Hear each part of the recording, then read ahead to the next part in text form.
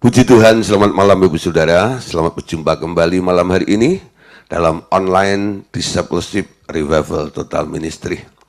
Puji Tuhan, saya melihat kerinduan, kehausan daripada Bapak Saudara semuanya yang hadir pada malam hari ini untuk bersama-sama belajar firman Tuhan.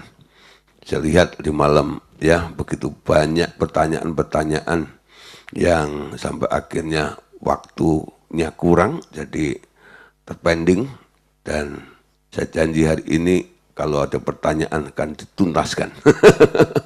Oke Bapak Saudara, karena apa? Setiap pengajaran disampaikan kadang-kadang ada hal yang baru ya, sehingga menimbulkan pertanyaan-pertanyaan.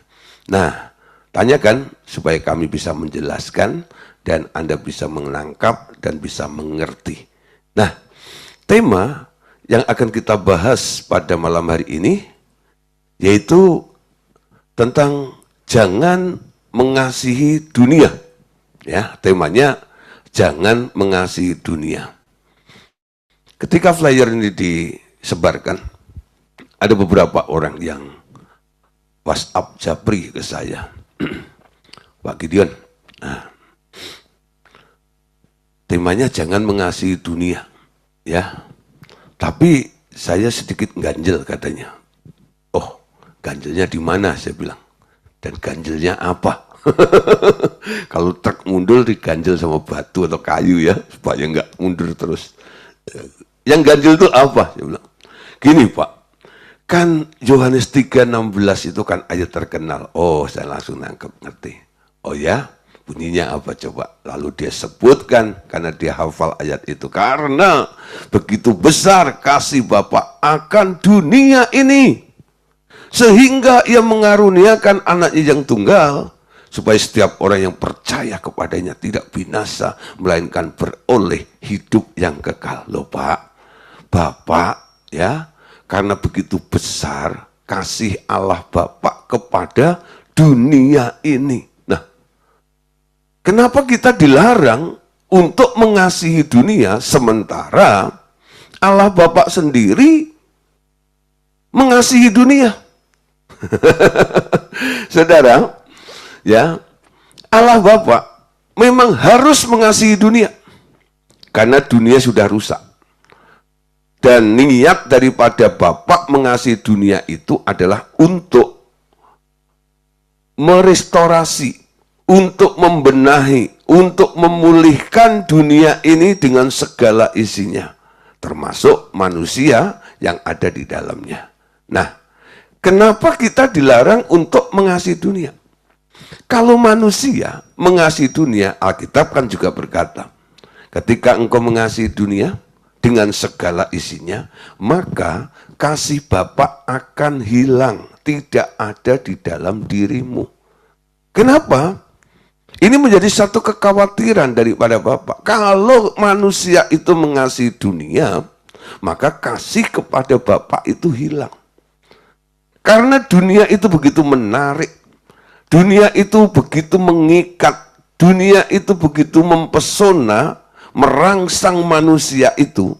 Ketika daya tariknya itu telah mempengaruhi Anda, lalu Anda mulai jatuh cinta dan mengasihi dunia ini, cintamu bukan lagi kepada Allah, cintamu kepada dunia. Dan Anda tidak menjadi rohani, Anda akan semakin menjadi duniawi. Kenapa? Arus dunia menyeret Anda ke dalam sistemnya. Ya, nah Bapak Saudara, kita tahu ya, bahwa yang dimaksud tidak boleh mengasihi dunia ini bukan berarti ya, Anda nggak boleh mengasihi, Anda punya piaraan anjing atau kucing ya, atau apalah gitu ya, atau isi di dunia itu termasuk anak Anda, suami Anda kan isi dunia juga. Masa Anda nggak boleh mengasihi? Nah, kata dunia di sini ini bukan mengacu kepada fisiknya yang disebut bumi atau tanah, itu bukan.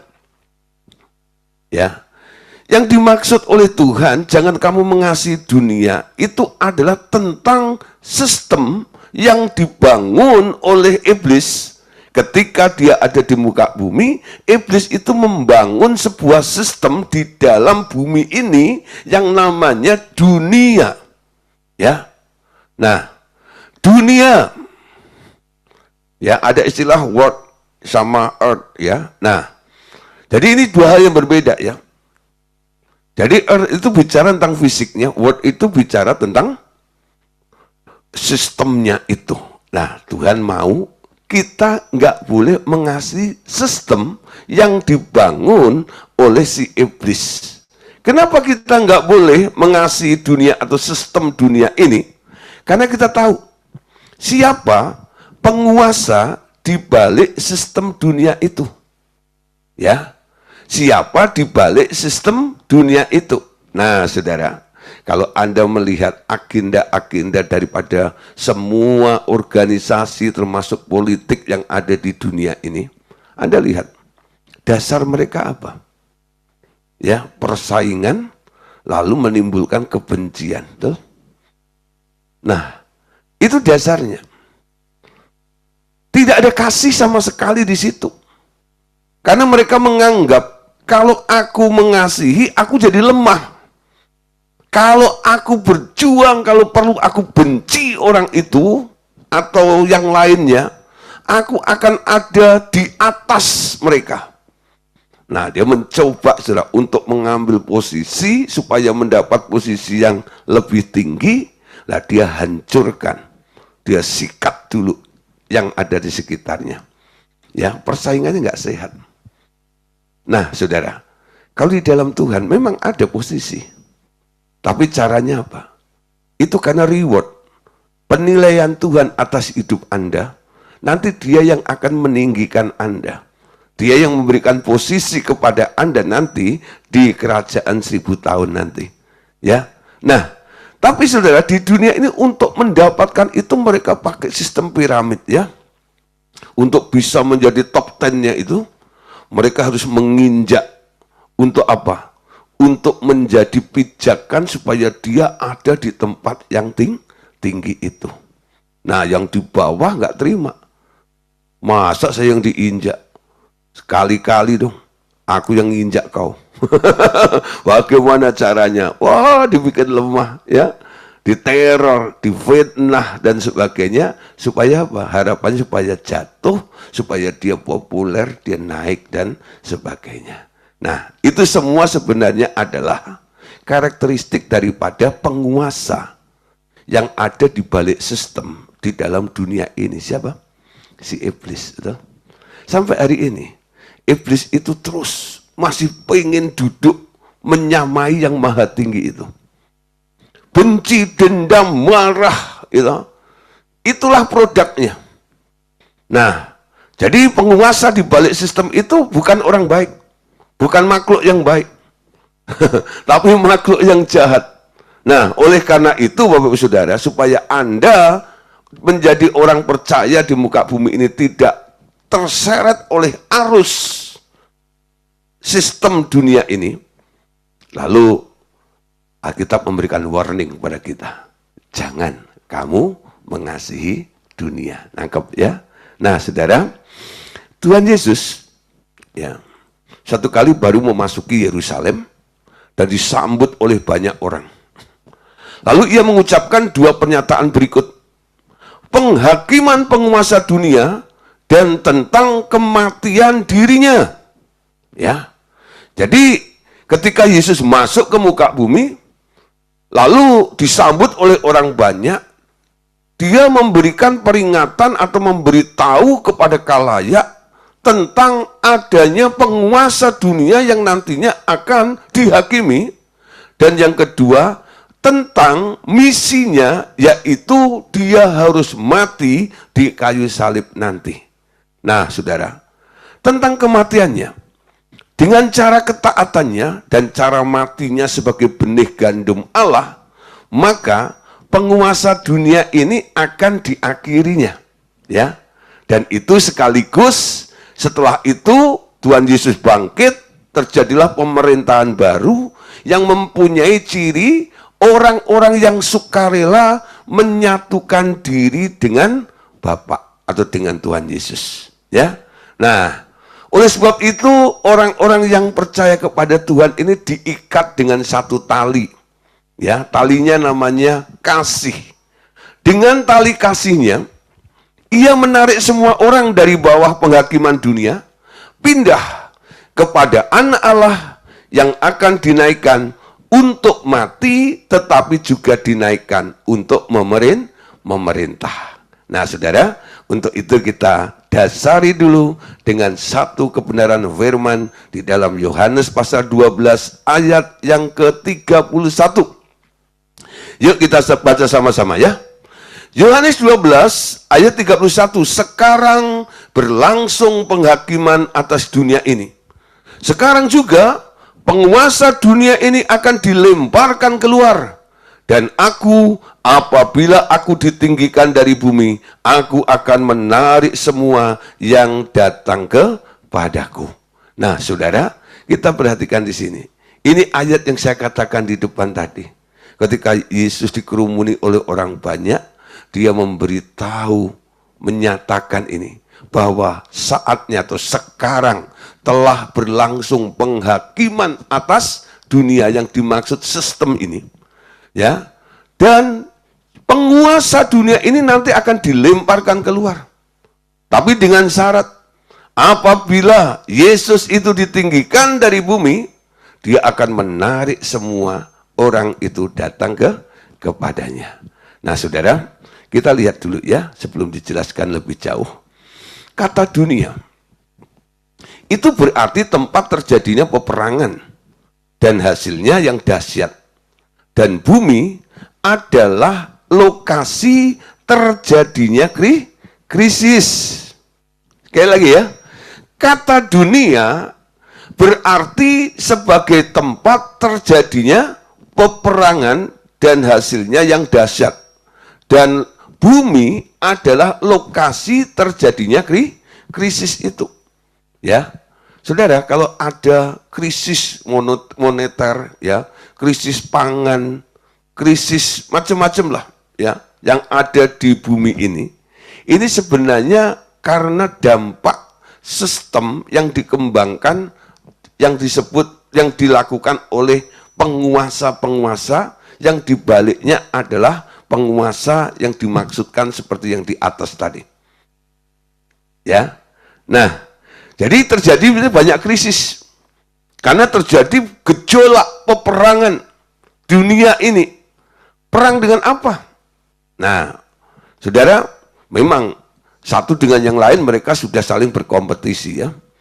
Yang kedua, memang ketika Yesus datang, Yesus juga datang membawa sebuah kerajaan dengan sistem yang baru juga.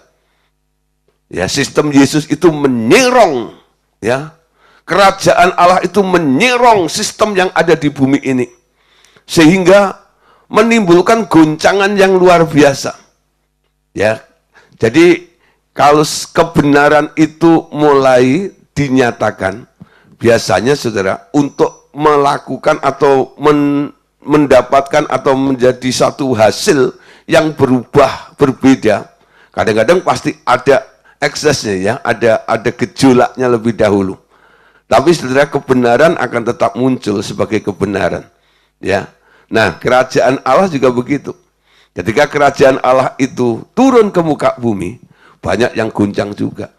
Banyak yang nggak terima. Kenapa? Mereka sudah terbelenggu dengan sistem yang lama itu. Nah, saudara, jadi bisa disimpulkan tentang kata dunia. Kata dunia dapat berarti material, bumi atau jagat raya. Yang kedua, kata dunia dapat berarti juga orang-orang yang ada di bumi. Yang ketiga adalah hal yang bersangkutan dengan dunia. Nah, itu sistemnya. Ya. Nah, saudara, di balik segala yang nampak itu, kita tahu ada penguasa dari sistem dunia, yakni sebuah sistem yang teratur rapi dan berfungsi dengan sangat sempurna. Nah, saudara, ketika manusia belum jatuh dalam dosa, sebelum manusia jatuh ke dalam dosa, yang ada sebenarnya adalah bumi saja, belum ada dunianya. Nangkep ya? Belum ada sistemnya. Tetapi setelah kejatuhan manusia, setan membangun sistemnya yang bernama dunia. Atau sering dikenal dengan istilah kosmos. Nah, ini bukan rice cooker ya. Bukan dispenser. Mereknya kosmos. Ya. Nah, jadi setelah kejatuhan manusia, setan membangun sistemnya yang bernama dunia atau kosmos. Nah, sejak Adam berbuat dosa, sistem ini telah berubah menjadi musuhnya Allah. Nah, saudara, awalnya ketika manusia belum jatuh dalam dosa, sistemnya sudah ada belum? Sudah. Karena iblisnya sudah ada di muka bumi. Kapan iblis ada di muka bumi? Jutaan tahun sebelum manusia itu ada di muka bumi. Ya. Jadi sebelum manusia itu diciptakan menurut rupa dan gambar Allah lalu ditaruh di muka bumi ini, di bumi itu sudah ada makhluk yang terbuang, makhluk yang sakit hati dengan Allah. Namanya Lucifer dengan pengikutnya sepertiga malaikat ada di bumi ini. Ya. Dan Lucifer, setan membuat sistem di bumi ini. Membuat sistem di muka bumi ini. Jadi sebelum manusianya ada, sistemnya sudah ada. Tapi walaupun sudah ada sistemnya, itu enggak mempengaruhi atau enggak menjadi musuhnya Allah, belum menjadi musuhnya Allah. Tapi ketika manusia telah jatuh ke dalam dosa, nah, Allah mulai invasi, mulai turun ke bumi memperhatikan manusia. Untuk menyelamatkan manusia ini terjadi tarik ulur nih antara iblis dengan Allah, bukan? Awalnya Allah sendiri yang turun untuk menjemput manusia. Namun ketika manusia mendengar bunyi langkah Tuhan, manusianya bukan menerima uluran tangan Tuhan. Dia menjauh. Sampai Allah harus berteriak, Adam, Adam, di manakah engkau? Terjadi petak umpet. Permainan petak umpet antara Allah dan Adam. Bukan Allah yang ngumpet, Allah yang mencari manusia, tapi manusianya bersembunyi. Aku bersembunyi. Kenapa engkau bersembunyi? Apakah engkau telah makan buah pengetahuan baik dan jahat yang aku larang itu? Mereka mulai menyalahkan satu dengan yang lain. Tuh perempuan tuh. Perempuan ini ditanya, tuh ular tuh. Ya. Lalu tiga-tiganya mendapat ultimatum vonis hukuman dari Allah. Dihukum semuanya. Karena apa? Telah melanggar itu. Nah, saudara, upaya Allah untuk menggapai manusia ternyata diabaikan oleh manusia. Kejadian pasal 3, keadaan manusia bukan tambah baik, sampai Allah berkata, manusia itu daging. Kedagingan. Pikirannya nggak ada yang rohani sedikit pun. Kalau bangun tidur yang dipikirkan selalu bagaimana berbuat dosa. Kenapa? Pengaruh daripada dunia itu sudah begitu dalam di dalam diri manusia itu. Kenapa manusia begitu terpengaruh dan begitu dalam pengaruhnya di dalam diri manusia itu? Karena kutuk. Memang Adam nggak dikutuk. Tapi Allah bilang, karena engkau mendengarkan perkataan istrimu, maka terkutuklah tanah. Dengan usahamu, engkau akan mencari rezekimu. Mulai saat itu manusia jadi pengusaha. Mengusahakan tanah. Fokusnya sekarang bukan kepada Allah, fokusnya kepada tanah, kepada bumi itu. Yang dipikirkan bukan Allah, tapi yang dipikirkan bagaimana cari makan. Betul ya? Cari makan. Nah, orang-orang yang getol ya, berusaha Jadi pengusaha itu selalu bilang itu, ya, pikirannya apa? Bangun tidur, hari ini makan apa? Lalu matanya mulai melihat kiri kanan, ya. Siapa yang gua makan? Sampai ada istilah hopeng ciak kuping. Mereka memangsa satu dengan yang lain untuk mencari rezeki itu. Fokusnya sekarang kepada dunia. Mereka mulai masuk di dalam sistem dunia ini, bergelut di dalam sistem dunia itu. Gak heran manusia menjadi sangat-sangat duniawi. Pikirannya menjadi duniawi. Beda sebelum jatuh dalam dosa. Yang dipikirkan cuma satu.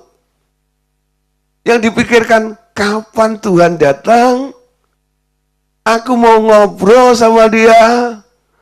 Ku ingin selalu bersekutu denganmu, menikmati hadiratmu. Awalnya kerinduan Adam itu cuma satu. Bentar lagi Tuhan datang.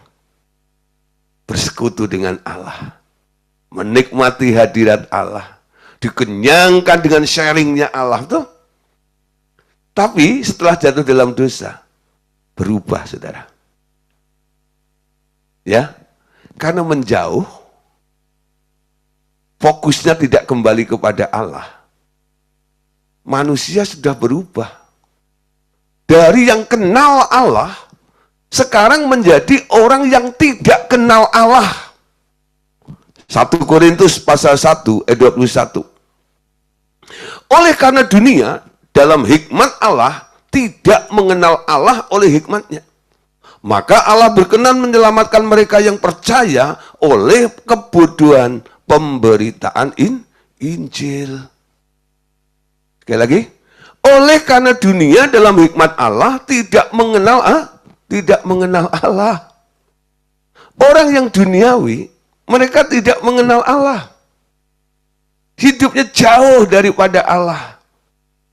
Oleh karena itu, firman Tuhan pada hari ini kita beri tema, jangan mengasihi dunia. Dibalik, mengasihi Allah. I love you Lord. Tuhan, aku mengasihimu. Kami mengasihimu Tuhan. Aku mengasihi Engkau Yesus. Yuk mulai ya, ubah fokus hidupmu, lalu arahkan pikiranmu, juga hatimu kepada Tuhan.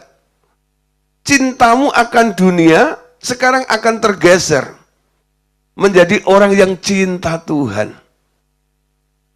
Menjadi orang yang cinta Yesus, betul? Siapa di sini terbilang orang-orang yang cinta Yesus? Aku cinta Yesus lebih dalam-dalam lagi, gitu ya. Bahasa Koreanya. Aku tresno Yesus. Jeru banget. Ya, tresnaku ro. Lebih dalam. Cinta Tuhan.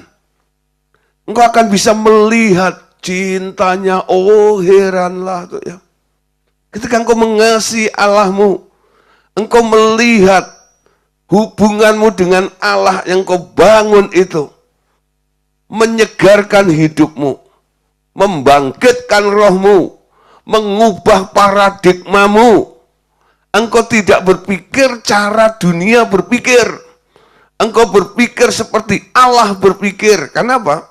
Ketika engkau mengasihi, engkau selalu nurut sama Tuhan. Hidupmu akan diubahkan oleh Tuhan. Ya.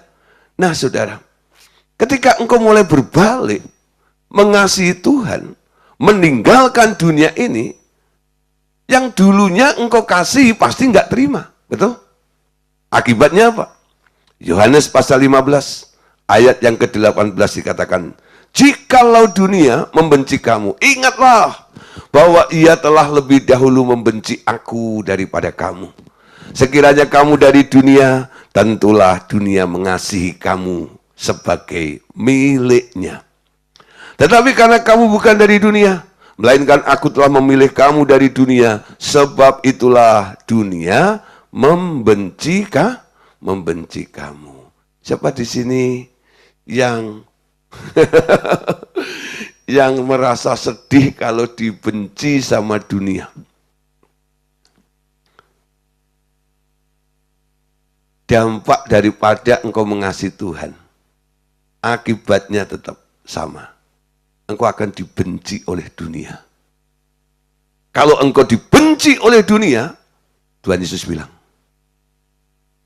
ingat bahwa dunia itu telah lebih dulu membenci Tuhan Yesus. Perhatikan ketika Tuhan Yesus khususnya 33 tahun setengah dalam pelayanannya di muka bumi ini. Hanya beberapa orang saja dalam event tertentu Anda melihat orang mengasihi Yesus, ya. Keluarga Marta, Maria, Lazarus, itu ya, mengasihi, itu ya, murid-muridnya. Tapi saudara, yang lainnya, walaupun mereka mengikut Yesus, mereka nggak tulus dalam mengikut Yesus, hanya memanfaatkan Yesus saja. Untuk apa? Untuk masalah isi perutnya atau masalah mujizat, kesembuhan dan sebagainya. Tapi orang yang telah mengecap kebaikan Tuhan dan lain sebagainya, mereka jugalah yang menyerukan salibkan Yesus, betul? Artinya apa? Mereka orang-orang yang tidak mengasihi Allah. Sehingga mereka tidak dibenci oleh dunia ini. Tapi kalau Anda betul-betul mengasihi Allah, konsekuensinya memang ada. Anda akan dibenci oleh dunia ini. Karena Anda bukan milik dunia lagi. Anda telah dipilih oleh Allah. Dimiliki oleh Allah. Nah, sekarang Anda bukan milik dunia ini. Dunia tak bisa menjauhkanku dari kasih-Mu. Amin. Mulai saudara. Ya, lepaskan diri Anda dari semua keterikatan dengan sistem yang ada di dalam dunia ini. Ya. Oke. Yohanes 14 ayat 16.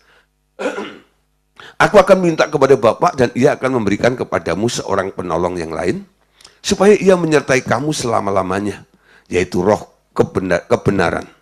Dunia tidak dapat menerima Dia, sebab dunia tidak melihat Dia dan tidak mengenal Dia. Tetapi kamu mengenal Dia, sebab Ia menyertai kamu dan akan diam di dalam kamu. Nah, saudara, walaupun Anda ada di dalam tekanan karena dibenci oleh dunia ini, jangan Anda sedih, jangan Anda panik, jangan Anda merasa lemah. Tuhan Yesus minta kepada Bapa untuk mengirimkan penolong yang lain, yang tinggal di dalammu dan akan menyertaimu, dan penolong yang dikirim oleh Bapa tidak dikenal oleh dunia ini. Tapi kita yang menerima Tuhan Yesus, kita mengenal Roh Kudus yang ada di dalam diri kita. Loh? Dan Roh Kudus menjadi jaminan keselamatan dalam kehidupan kita semuanya. Dia menghibur, Dia menolong, Dia menopang dalam kehidupan kita. Ada Roh Kudus dalam hidup Anda, amin, yang selalu mendukung Anda. Karena Anda didukung oleh Roh Kudus, walaupun dunia begitu kejam dengan Anda karena membenci Anda, nasib Anda apa? Yohanes 16:33. Semuanya itu kukatakan kepadamu supaya kamu beroleh damai sejahtera dalam aku. Jadi penjelasan-penjelasannya sudah kita dengar di atas tadi itu, supaya Anda tidak nervous, supaya Anda tidak khawatir, supaya Anda tidak sedih, tapi Anda beroleh damai sejahtera di dalam Tuhan. Lalu bagian B-nya dikatakan, dalam dunia kamu menderita penganiayaan, tetapi kuatkanlah hatimu. Aku telah mengalahkan dunia. Dunia sudah dikalahkan oleh Tuhan Yesus. Kematian Tuhan Yesus di kayu salib mematahkan semua sistem yang ada di dunia ini. Nah, orang yang percaya kepada Yesus sekarang dipindahkan. Pindah kerajaan. Jadi masalah selamat itu bukan hanya masuk surga. Masalah selamat itu juga termasuk include ya perpindahan Anda dari daerah satu ke daerah yang lainnya. Dari daerah minus ke daerah surplus. Dari daerah bahaya ke daerah yang aman.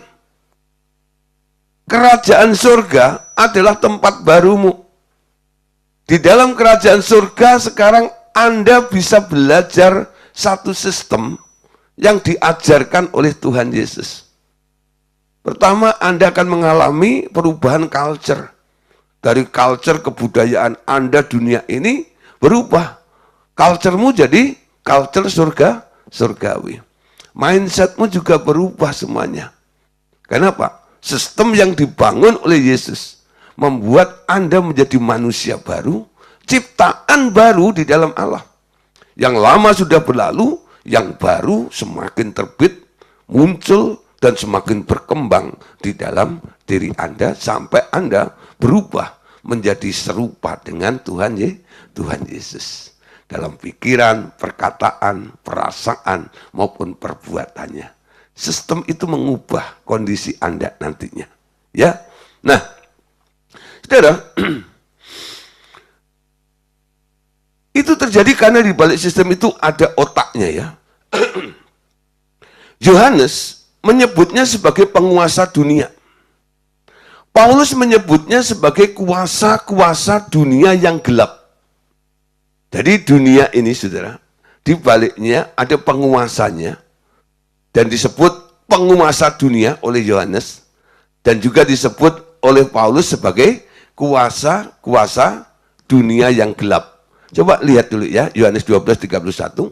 Sekarang berlangsung penghakiman atas dunia ini, sekarang juga penguasa dunia ini akan dilemparkan keluar. Paulus dalam Efesus 6 ayat 11 katakan, ini perlengkapan senjata rohani ya. Kenakanlah seluruh perlengkapan senjata Allah, supaya kamu dapat bertahan melawan tipu muslihat iblis. Karena perjuangan kita bukanlah melawan darah dan daging, tetapi melawan pemerintah-pemerintah, melawan penguasa-penguasa, melawan penghulu dunia yang gelap ini, melawan roh-roh jahat di udara. Nah, saudara, penguasa yang disebut dalam Yohanes tadi sama Paulus dikasih istilah baru. Penghulu dunia yang gelap.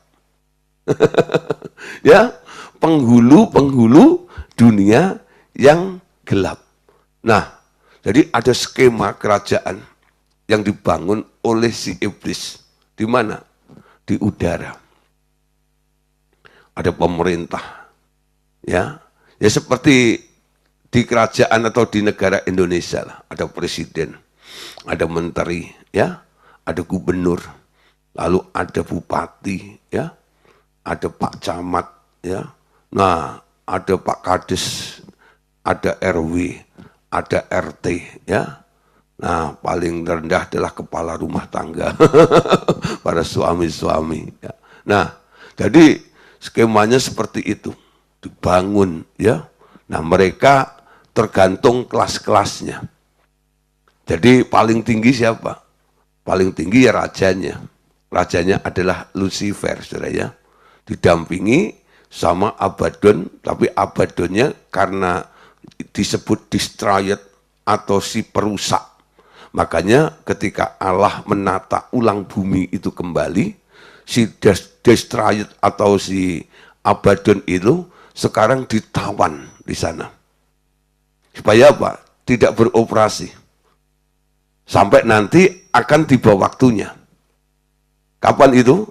3,5 tahun masa kesusahan besar, zaman antikris, Abaddon dilepaskan untuk bereaksi, diberi kesempatan 3,5 tahun saja. Untuk apa? Menyiksa orang-orang yang masih ketinggalan, yang masih percaya kepada Tuhan. Ya. Jadi sekarang siapa yang memimpin pergerakan di sistem dunia ini? Lucifer. Ya. Nah, Lucifer itu terkenal dengan tipu muslihatnya. Dia punya siasat. Nah, orang-orang yang selalu bergantung dengan intrik, ya. Wah, kalau nggak punya trik, ya, lalu mencoba untuk berpikir, ya, bikin trik ini, trik itu, dan sebagainya. Nah, kadang-kadang kalau mereka ada di bawah kontrolnya si Lucifer, nah kadang-kadang mereka dimasukkan pikiran-pikiran si iblis itu, si Lucifer itu. Ya supaya apa? Mengisi kecenderungan mereka untuk membangun sebuah trik itu ya. Trik itu kan sistem juga ya. Nah, jadi orang-orang yang gemar membangun sistem biasanya, nah kadang-kadang kalau mereka ada di bawah covernya itu adalah sistem dunia ini, di balik sistem dunia siapa? Penguasa tadi itu. Tapi kan nggak jahat loh Pak. Nah saudara, Lucifer, iblis itu bapak pembohong, betul? Bapak pendusta. Kalau dia langsung tampil begitu kotor, begitu jahat, pasti semua orang nggak akan bisa dipengaruhi. Dia seperti ya domba berbulu, serigala berbulu domba, betul? Bukan domba berbulu serigala, serigala berbulu domba. Domba itu lebih terkenal dengan binatang yang nurut. Serigala yang ganas. Nah, di balik kalemnya itu, di balik baiknya itu, di balik yang penuh dengan wah keuntungan dan sebagainya. Tapi saudara Anda lihat, ada unsur kejahatannya di situ. Kenapa? Serigala berbulu domba. Dan itu sudah diperingatkan oleh Tuhan Yesus ya. Hati-hati, ya. Iblis bisa menyamar sebagai malaikat terang. Pura-pura baik. Kasih ide yang baik. Kekristenan dasarnya bukan kebaikan. Kekristenan dasarnya adalah kebenaran, betul? Yang baik belum tentu benar. Nah, kadang-kadang yang benar itu belum tentu enak. Amin. Semua yang enak belum tentu benar. Kalau Anda hanya cari yang baik, cari yang enak, kadang-kadang bisa keblinger. Kenapa? Anda masuk ke dalam jeratnya si iblis itu. Kasih yang enak-enak dulu, ya. Kasih yang baik-baik dulu, gitu ya. Nanti kalau sudah masuk terlalu dalam itu, baru tahu rasa. Baru tahu aslinya. Oh jebule. Oh ternyata. Nah, tapi Anda sudah terkurung di situ. Untuk keluar kadang-kadang sulit, ya. Nah saudara, tapi kabar baiknya, mungkin Anda sudah ngalami sampai pada titik ini. Kenapa Tuhan datang? Kenapa Bapak mengasihi dunia ini? Karena dia mau mengentaskan, menyelamatkan orang-orang yang sudah terlanjur terjerat di dalam sistem si iblis itu. Mau dikeluarkan semuanya. Ditawarkan kerajaan Allah. Kerajaan surga sudah ada padamu. Kerajaan surga ada di sekitar kamu. Betul ya? Dalam kitab Kolose katakan, Dia telah memindahkan engkau dari kerajaan maut kepada kerajaan anaknya yang kekasih. Pengertian itu harus kita tangkap. Kenapa setiap orang yang percaya kepada Tuhan Yesus diberi hak menjadi anak Allah, didudukkan di sebelah kanan Allah Bapa. Sampai Paulus berkata, memang aku masih ada di dalam dunia ini, tapi senjata kami bukan senjata dunia, tapi senjata yang diperlengkapi oleh kuasa dari Allah yang maha tinggi. Kencah kita masih di dunia. Tapi sistem yang kita kembangkan, sistem yang kita gunakan, bukan lagi sistem dunia. Amin. Yang kita gunakan, yang kita lakukan sekarang, adalah sistem kerajaan Allah. Ya, oke, Bapak Saudara. Dunia buatan setan, ya. Buatan setan ini pada akhirnya akan dikalahkan oleh kerajaan Tuhan Yesus Kristus. Nah, ini ada, saya kasih dua gambaran ya. Ini kerajaan yang hitam. Anggap aja ini ya, kerajaan si iblis ya, atau kerajaan setan. Nah, ini kerajaan Yesus. Sebenarnya ini adalah the Millennium Kingdoms atau kerajaan 1000 tahun. Kerajaan Yesus itu nanti puncaknya ada di situ ya. Dalam 2 Daniel pasal 2 ayat 24 dan seterusnya dikatakan begini. Tetapi pada zaman raja-raja, Allah semesta langit akan mendirikan suatu kerajaan. Ini nubuatannya. Yang tidak akan binasa sampai selama-lamanya. Dan kekuasaan tidak akan beralih lagi kepada bangsa-bangsa lain. Kerajaan itu akan meremukkan segala kerajaan dan menghabisinya. Tetapi kerajaan itu sendiri akan tetap untuk selama-lamanya. Tetapi seperti Tuhan kulihat bahwa tanpa perbuatan tangan manusia sebuah batu terungkit lepas dari gunung dan meremukkan besi, tembaga, tanah liat, perak dan emas itu. Allah yang maha besar telah memberitahukan kepada Tuanku Raja apa yang akan terjadi di kemudian hari. Mereka itu adalah benar dan makannya dapat dipercaya. Saudara, satu kali Daniel melihat, saudara, mimpi ya, ada sebuah patung Nebukadnezar ya, besar. Nah, di situ kepalanya dari emas ya.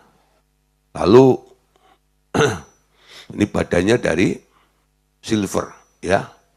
Nah, ini dari tembaga ya. Nah, ini kakinya dari besi. Nah, ini saudara ya, telapak kakinya ini ya, itu dari tanah ya, campur besi tadi itu. Nah, lalu ada batu yang terungkit menerpa kakinya ini, hancur roboh itu kerajaan. Ya.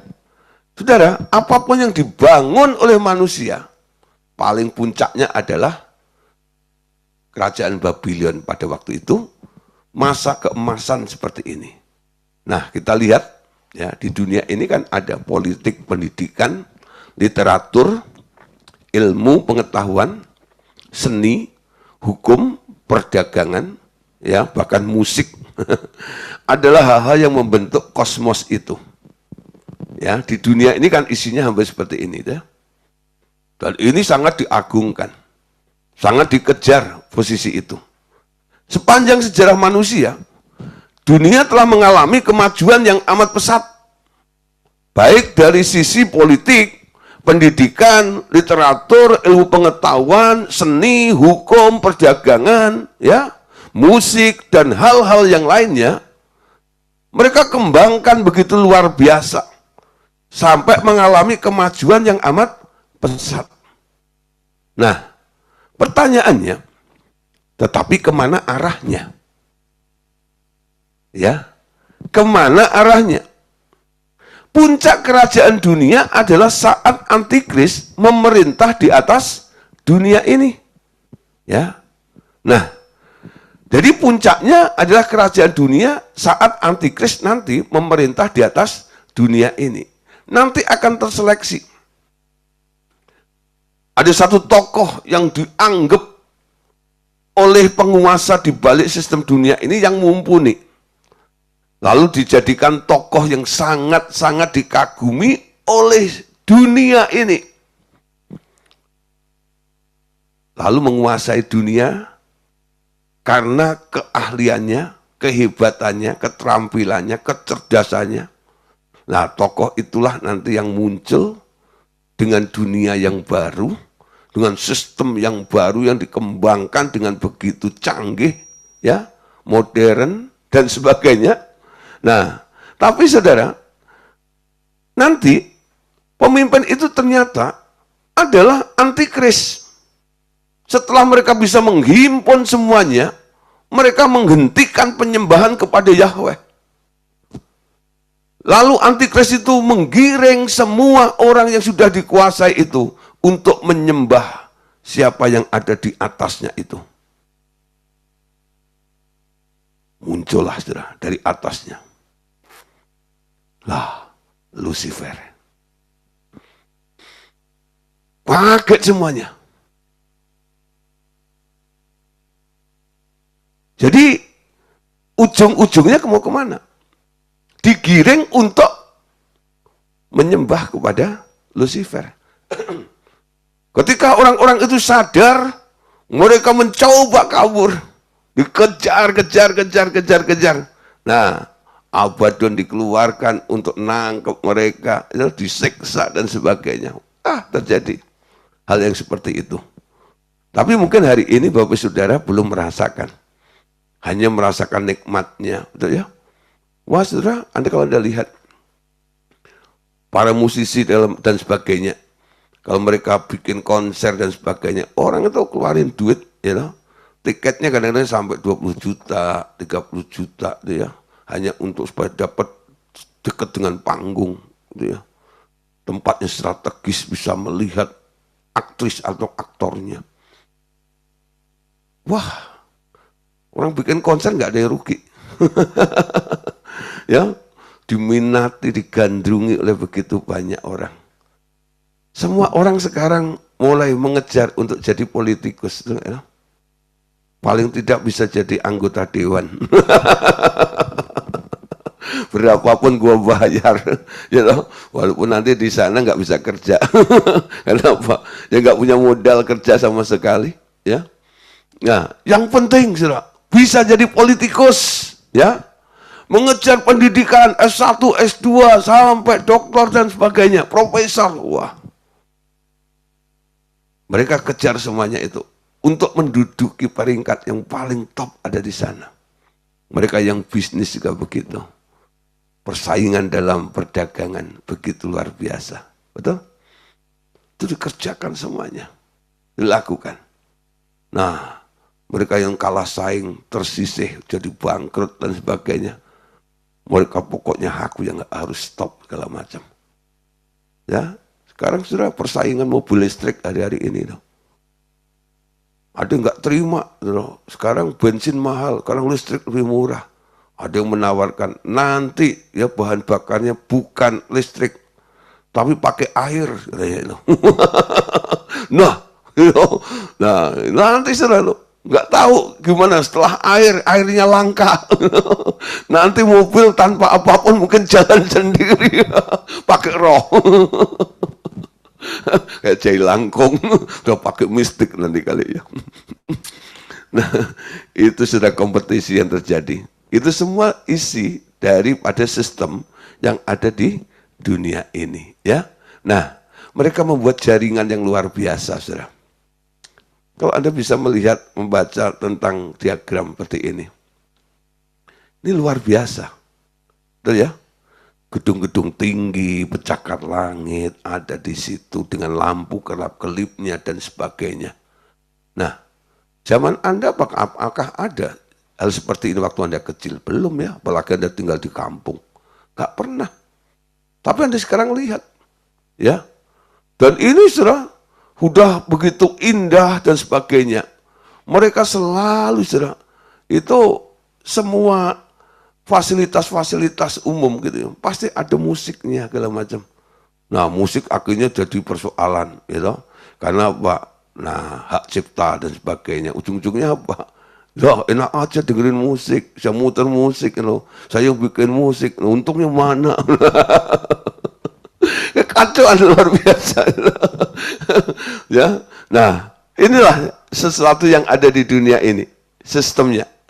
Walaupun begitu indah, begitu megah dan luar biasa, ya bukan berarti Anda nggak boleh melihat, ya. Saya suka juga kadang-kadang, ya sekali-kali lah pergi ke mall, ya dekat rumah saya itu kan Lipo Mall Puri gitu ya. Saya datang ke situ menikmati gitu ya, belum makan, ya. Nah, gitu. Lihat ornamen, sekarang bulan Desember banyak ornamen Natal segala macam. Ya kadang-kadang iseng-iseng juga anak-anak bilang foto-foto, foto lah di situ. Tapi Anda jangan ikut ya terpuruk atau terjerat di dalam sistem seperti itu.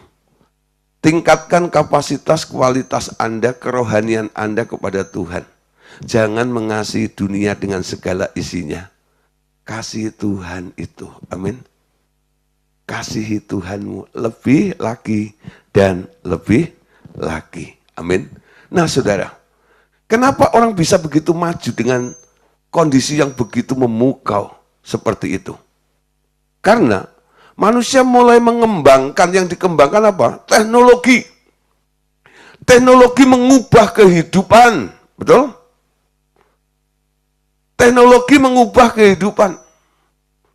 Zaman saya kecil, saudara, ya, itu lampunya lampu teplok, gitu ya.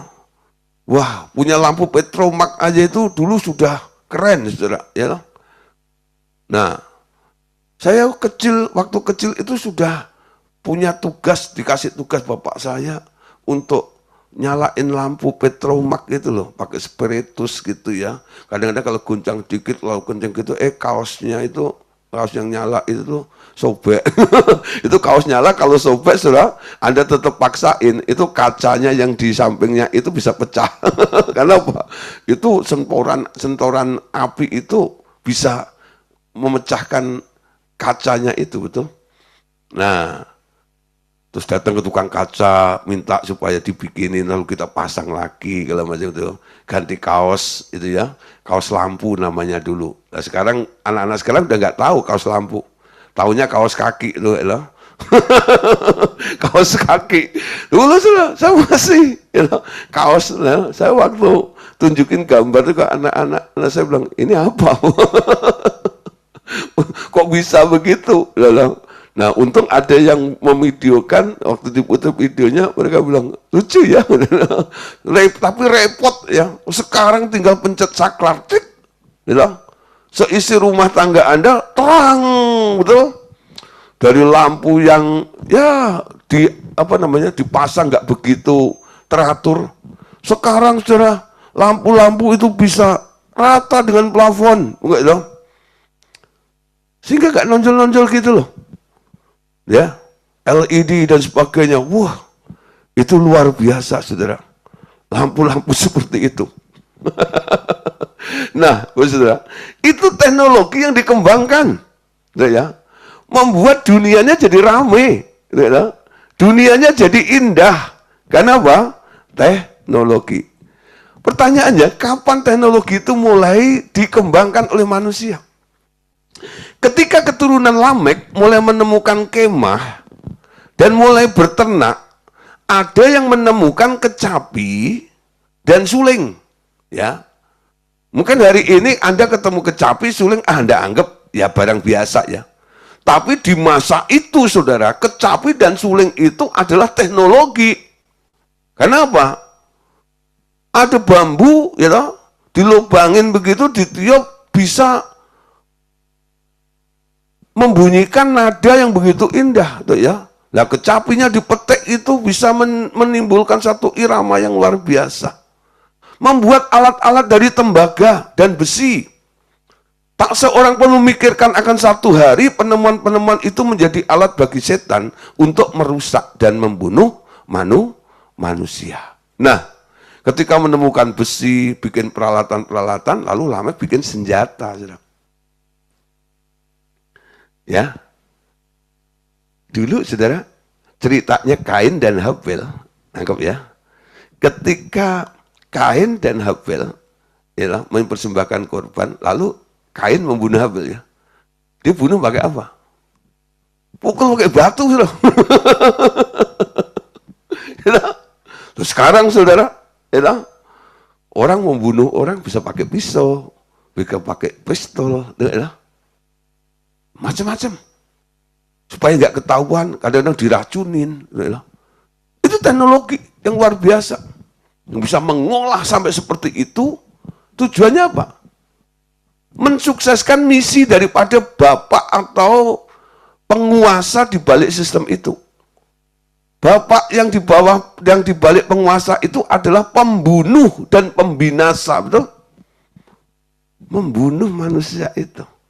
Nah, kala itu Lamek ketika menemukan semuanya itu nggak pernah berpikir bahwa alat-alat itu nanti akan menjadi sarana bagi setan untuk merusak dan membunuh manusia. Nah, siapa sih Lamek itu? Who is Lamek? Siapa itu Lamek? Lamek mengambil istri 2 orang. Yang satu namanya Ada, yang lain Zila. Ya, jangan salah ya. Lamek itu istrinya 2. Satu Ada, yang kedua bukan tidak ada, tapi yang kedua namanya Zila. Ya, Ada dan Zila. Nah, Ada itu melahirkan Yabal. Dialah yang menjadi bapak orang yang diam dalam kemah dan memelihara ternak. Jadi peternak. Nah, nama adiknya ialah Yubal. Dialah yang menjadi bapak semua orang yang memainkan kecapi dan suling. Dari penemu kecapi dan suling tadi. Zila juga melahirkan anak yakni Tubal Kain. Bapak semua tukang tembaga dan tukang besi. Adik perempuan Tubal Kain ialah Naamah. Nah, satu kali berkatalah Lamek kepada kedua istrinya, Ada dan Zila, dengarkanlah suaraku, hai istri-istri Lamek. Pasanglah telingamu kepada perkataanku ini. Aku telah membunuh seorang laki-laki karena ia melukai aku. Membunuh seorang muda karena ia memukul aku sampai bengkak. Sebab jika Kain harus dibalaskan 7 kali lipat, maka Lamek 77 kali lipat. Apa berita yang dikabarkan kepada 2 istrinya itu? Aku telah membunuh. Ya. Aku telah membunuh. Nah, saudara, coba baca dulu ya 1 Yohanes 2:18. Anak-anakku, waktu ini adalah waktu yang terakhir. Dan seperti yang telah kamu dengar, bahwa seorang antikristus akan datang. Sekarang telah bangkit banyak antikristus. Itulah tandanya bahwa waktu ini benar-benar adalah waktu yang terakhir.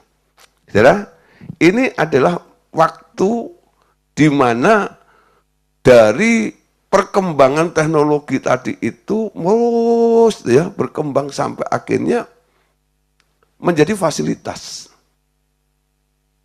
Antikris sudah mulai berkeliaran di sekitar kita.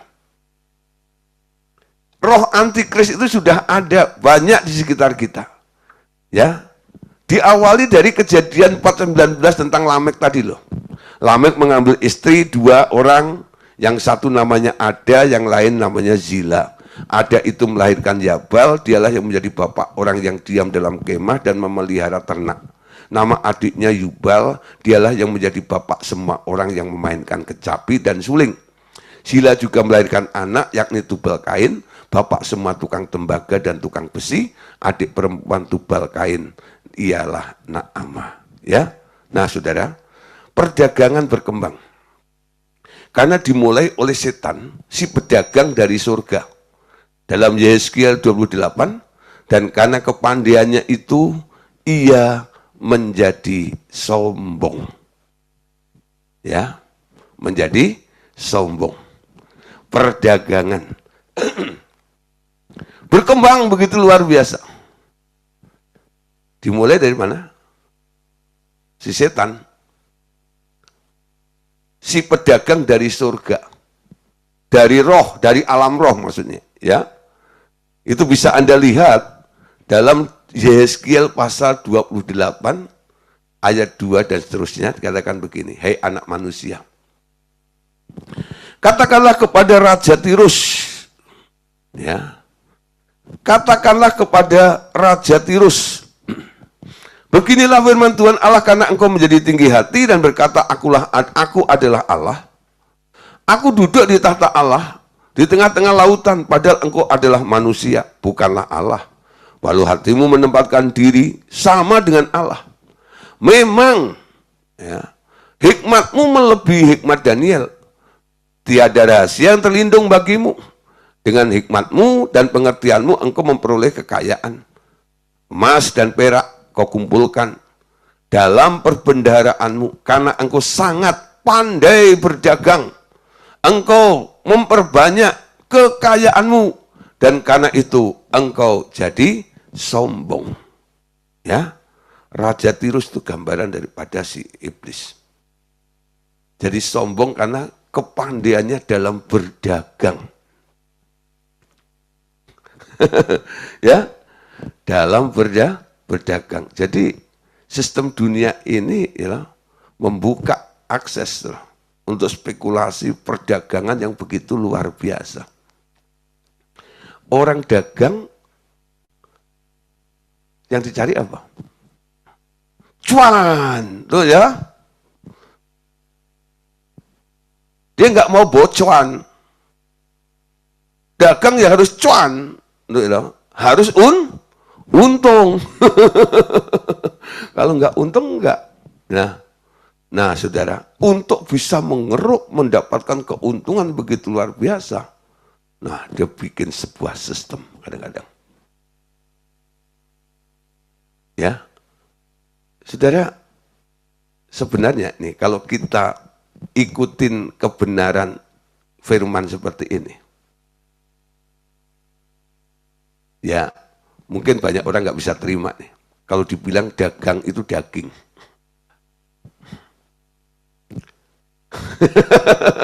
Ya, dagang itu daging. Ya, kenapa? Keinginannya. Keinginan siapa? Mungkin Anda diizinkan oleh Tuhan untuk berusaha, buka toko, buka ini, usaha ini dan usaha itu. Tapi yang mau Tuhan, itu beda lagi, saudara. Tapi kalau dasarnya engkau membangun ya sistem sendiri dengan kekuatanmu sendiri, bukan karena Anda minta petunjuk kepada Tuhan, nggak mendapatkan arahan Tuhan, bukan karena disuruh oleh Tuhan. Nah, hati-hati. Daging itu adalah sasaran empuk yang akan dimanfaatkan oleh si iblis. Ya. Kenapa kita diajarkan untuk melibatkan Roh Kudus dalam hidup kita ini? Menjadi anak Allah, itu kan orang-orang yang dipimpin oleh Roh Allah. Amin. Hidupmu dipimpin oleh Roh Allah. Ketika engkau mau buka usaha, buka toko dan sebagainya, libatkan Tuhan. Tanya Tuhan. Tuhan, kau izinkan enggak? Jangan sampai Anda mengerjakan hal-hal yang sebenarnya di balik itu Anda sudah diincar oleh penguasa di balik dunia ini. Nah, nanti akan bisa kelihatan. Orang yang membangun dengan kekuatannya sendiri dan yang diperintah oleh Allah akan ada bedanya. Gandum dan sekam itu ada bedanya, saudara. Sama-sama bertumbuh. Ya, nanti akan ada bedanya. Yang disuruh oleh Tuhan, dia selalu melihat mujizat dalam kehidupannya, dalam usahanya. Tuhan selalu buka jalan, Tuhan selalu tunjukkan arahnya, Tuhan selalu bikin tuntunan terhadap Anda. Tapi kalau itu ide, gagasanmu sendiri, sistem yang Anda bangun, yang main bukan Roh Kudus, tapi ambisimu. Nah, disitulah iblis mulai main. Ketika ambisimu itu. Orang-orang yang berambisi, biasanya mereka emosinya yang jalan. Kontrolnya hilang. Yang penting untung. Yang penting cuan. Ya, nah saudara, biasanya orang ya kalau udah cuan, gara-gara dia bisa merasa melakukan itu, membangun sistem sendiri, ujung-ujungnya jadi sombong. Ilalang itu kalau tumbuh semakin tinggi, terus. Ya, tapi beda dengan gandum.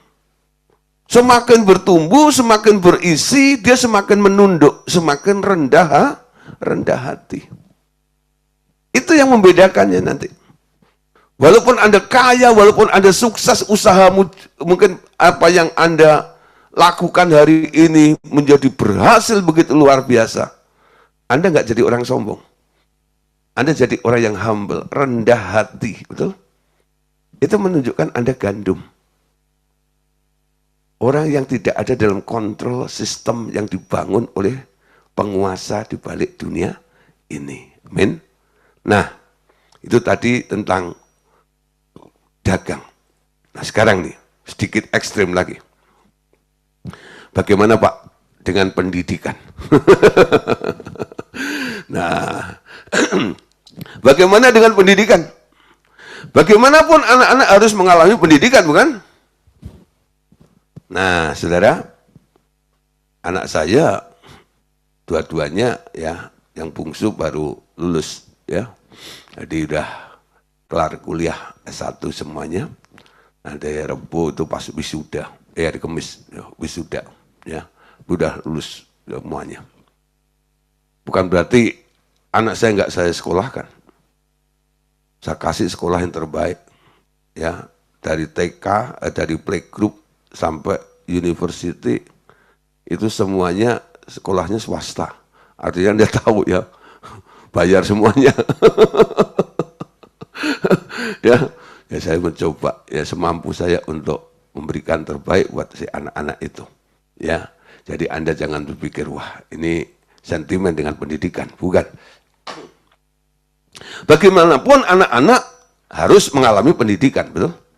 Tetapi kita tahu bahwa bahan pendidikan dunia semua berasal dari buah pohon pengetahuan baik dan jahat. Lalu bagaimana dengan ilmu pengetahuan itu sendiri? Itu juga salah satu unsur kosmos, bukan? Nah, di satu pihak itu perlu. Tapi karena itu bagian dari kosmos, maka kita bersentuhan dengan dunia bila memakainya.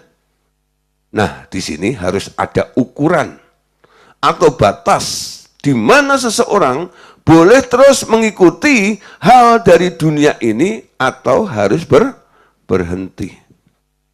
Ada berapa orang sudah? Udah S1, ya kejar S2, S3, STMJ, STLR, ya. Terus sampai buta. Sampai sudah tua pun masih sekolah dan sebagainya. Ya, ada beberapa orang sudah yang saya jumpai, ya.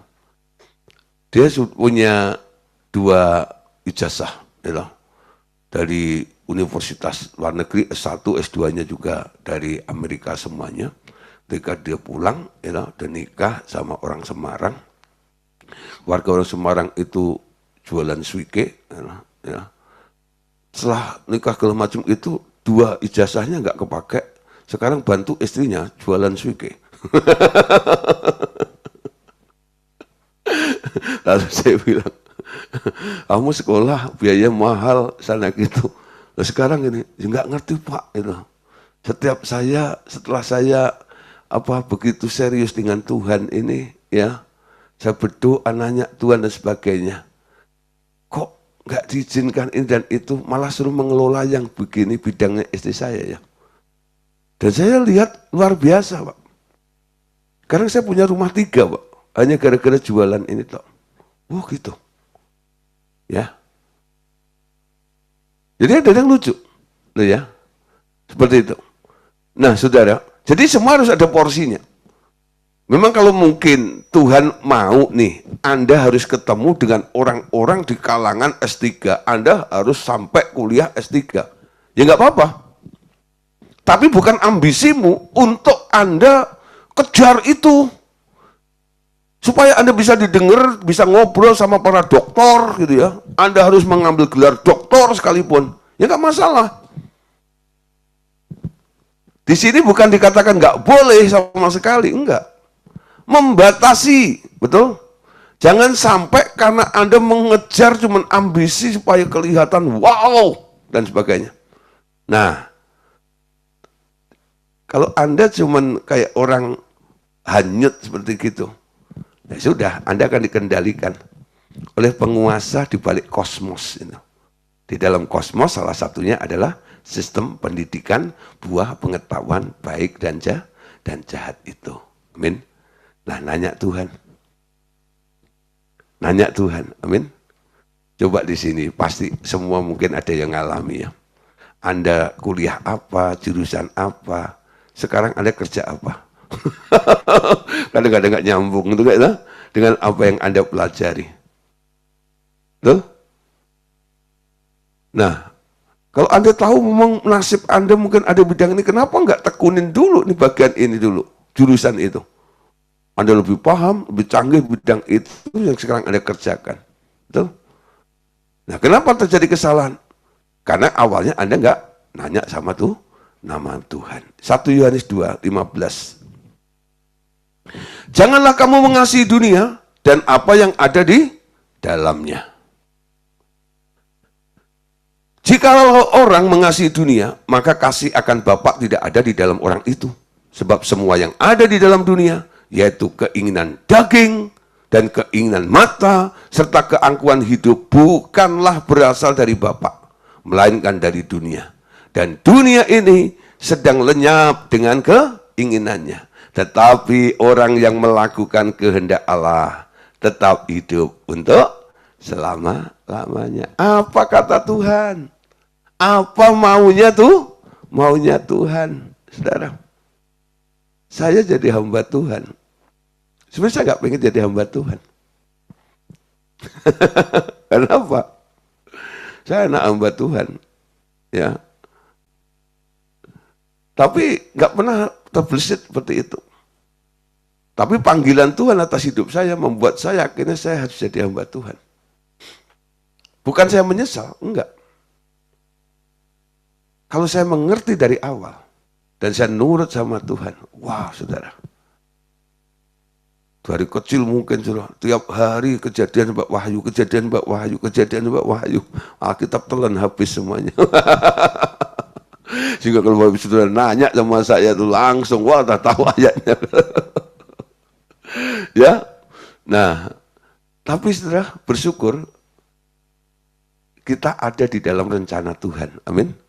Bisa melakukan plannya Tuhan, ya. Nah, kesimpulannya begini. Pada intinya, bila kita harus bersentuhan dengan dunia ini, pertanyaannya adalah, bagaimana hal dunia ini mempengaruhi hubungan kasihmu terhadap Allah Bapa, amin.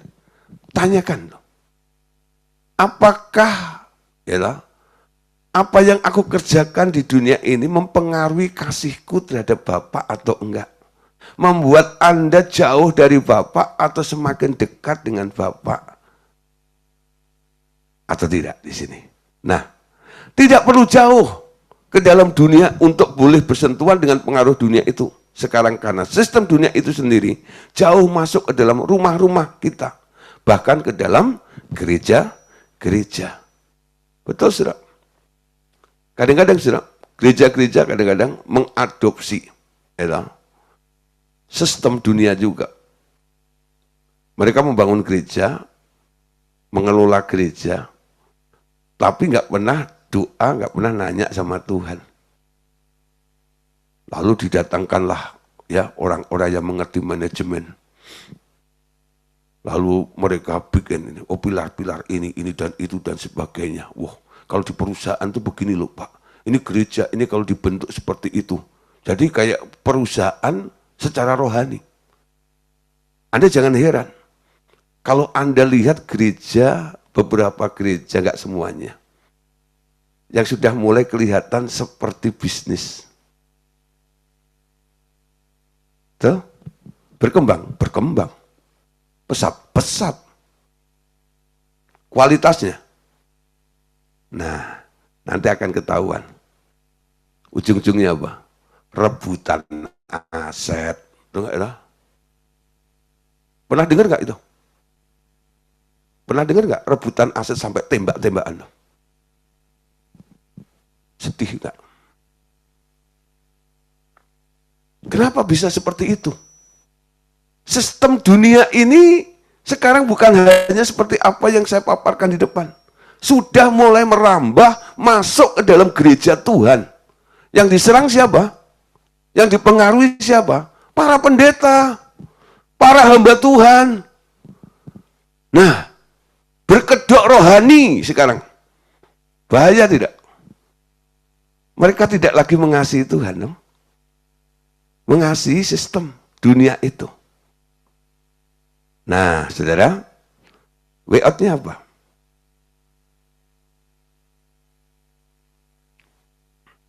Saat ini sangat diperlukan pengetahuan tentang kuasa salib untuk membebaskan orang percaya dari cengkeraman sistem dunia sekarang.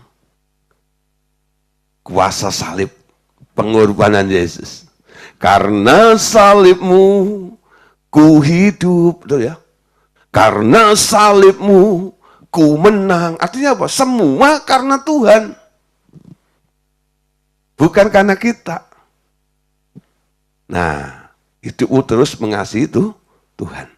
Kalau semula kita banyak berbicara tentang perbuatan-perbuatan dosa dan hidup suci, hal-hal seperti itu nampak dengan jelas bagi kita. Tetapi sekarang isunya yang terpenting bukan hal itu lagi. Tetapi berapa jauh pengaruh setan terhadap orang Kristen harus berjaga-jaga, tetapi terutama terhadap penguasa dunia itu sendiri. Nah, kabar baiknya, Yesus membangun gereja bagi kepentingan pemerintahan kerajaannya. Tetapi pada saat yang sama, si setan sedang membangun juga sistem dunianya untuk akhirnya dikuasai oleh antikris. Jangan-jangan kita terlena dan akhirnya terkejut karena hidup kita ternyata membantu pembangunan kerajaan iblis. Jangan sampai terkejut nanti ya. Antisipasi, deteksi dulu sejak dini. Kalau itu arahnya ke sana, cepat rombak semuanya. Amin. Nah, tiap kali bila harus keputusan penting, ya, pertanyaannya bukan ini baik atau jahat, atau ini berguna atau tidak. Nah, tetapi kita harus bertanya, ini untuk dunia atau untuk Allah. Jadi persoalannya bukan masalah baik atau jahat, berguna atau tidak, tapi sekarang untuk siapa? Untuk dunia atau untuk Allah? Ya, kalau Anda tahu, tapi kan baik Pak, tapi kan nggak jahat, bukan persoalan itu. Tapi kan berguna Pak. Bukan masalah berguna atau enggak. Persoalannya ada dua kerajaan yang punya sistem berbeda, di baliknya ada penguasa yang berbeda juga. Dunia dengan segala isinya, sistemnya itu dibangun oleh penguasa di baliknya, yang tak lain adalah Lucifer atau setan. Sementara kerajaan surga dibawa oleh Yesus. Di baliknya adalah Yesus. Untuk siapa? Anda sedang melakukan sesuatu untuk siapa? Ya, bukan masalah baik atau jahat, bukan masalah berguna atau tidak, tapi untuk dunia atau untuk Allah. Ya, nah saudara, sampai di sini dulu. Wah Pak, rasanya jadi bingung, nggak apa-apa, ya. Nah, supaya ngerti dulu, ya besok kita akan lanjutkan. Kalau kita mengasihi dunia, kita akan cenderung menjauh dari Allah. Ya, oke. Makasih Tuhan Yesus memberkati kita semuanya. Amin.